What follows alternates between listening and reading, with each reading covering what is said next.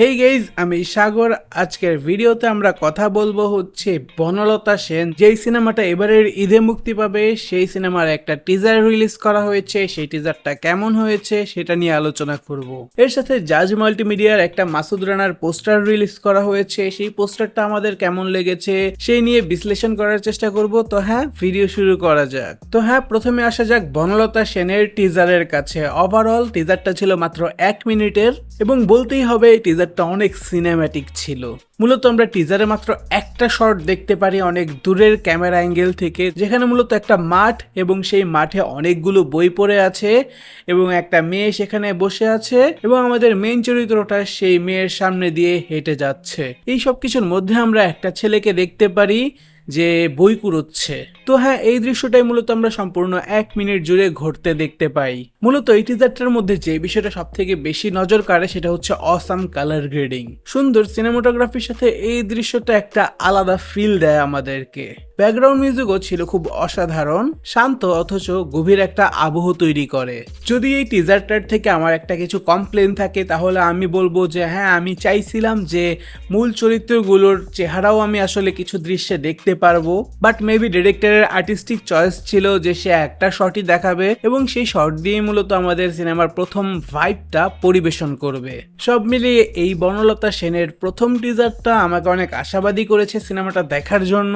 যেহেতু এই সিনেমাটা ঈদুল আজহায় মুক্তি পাবে, সেহেতু এই সিনেমাটা মুক্তির আর 8 দিনের মতো বাকি। আমি চাই এই সিনেমার একটা গান আর ট্রেলার এর মধ্যে রিলিজ করা হোক। তোমাদের এই টিজারটা কেমন লেগেছে সেটা আমাদেরকে কমেন্টে জানাতে পারো। এখন যাওয়া যাক হচ্ছে মাসুদ রানার পোস্টারের কাছে। তো হ্যাঁ, মাসুদ রানার কথা যখন আমি শুনতে পাই তখনই আমার মনে একটা কষ্ট জেগে ওঠে, কারণ মাসুদ রানার ফার্স্ট যে সিনেমাটা আমি দেখেছিলাম আমার 9, সেই সিনেমার এক্সপিরিয়েন্স আমার প্রচুর খারাপ ছিল। আমি যখন হলে সিনেমাটা দেখছিলাম তখন আমি হলে এই সিনেমাটা দেখে কমপ্লিট করতে পারছিলাম না। আমার এত মাথা ব্যথা করা শুরু করছিল, কারণ সিনেমার গল্প একেবারে ইন্টারেস্টিং ছিল না। তো হ্যাঁ, এই মাসুদ রানার নামের সাথে আমার একটা খারাপ স্মৃতি জড়িয়ে আছে, যদিও অনেকের বইয়ের থেকে অনেক ভালো ভালো স্মৃতিও আছে। তাই আমি এখনও এই সিনেমাটাকে চান্স দিতে চাচ্ছি। এর জন্যই যখন আমি ফার্স্ট টাইম এই জাজ মাল্টিমিডিয়ার মাসুদ রানার পোস্টারটা দেখেছি তখন আমার কাছে ঠিকঠাক লেগেছে।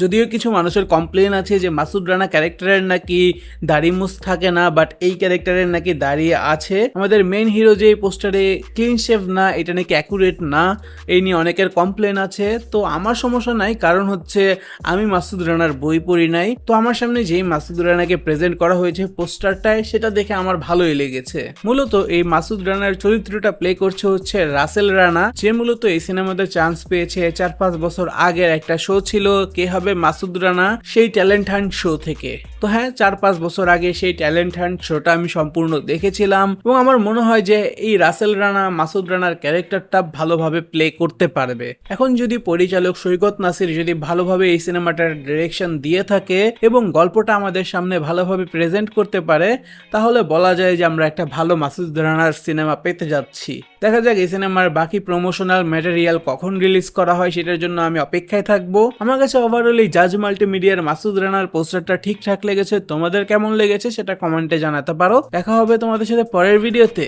বাই।